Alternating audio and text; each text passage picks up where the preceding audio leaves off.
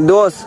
हाँ दोस्त, क्या ना है? ठीक है। ज्ञान मार दे भाई, नहीं फट जाता। साला जब से टिकटॉक आया है लोग वायरल होने के लिए क्या क्या नहीं करता है। इसे बस वायरल होना है। क्या उम्र है इसका? इसे फैमिली से कोई मतलब ही नहीं है, क्योंकि घर के बुजुर्ग ही ये सब करने लगे हैं तो बेटी यही हरकत करेगी ना।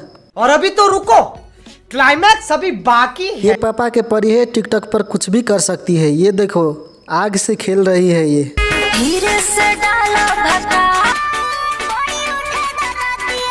और इस तरह का वीडियो खासकर बिहार से आता है और ये वीडियो बच्चों के लिए बिल्कुल नहीं है, बेशक हो तो ही देखना। बिहार में एक से बढ़ के एक स्टार है, बात तो सही है जो अश्लील पे अश्लील दिखाते जा रहे हैं। बिहार में बहुत तेजी से अश्लील वीडियो और गीत को प्रमोट किया जा रहा है, चाहे वो विद्यार्थी ही क्यों ना हो। जरा इसे देखिए, आखिर इस लड़के के साथ ये लड़की लोग करना क्या चाहती है।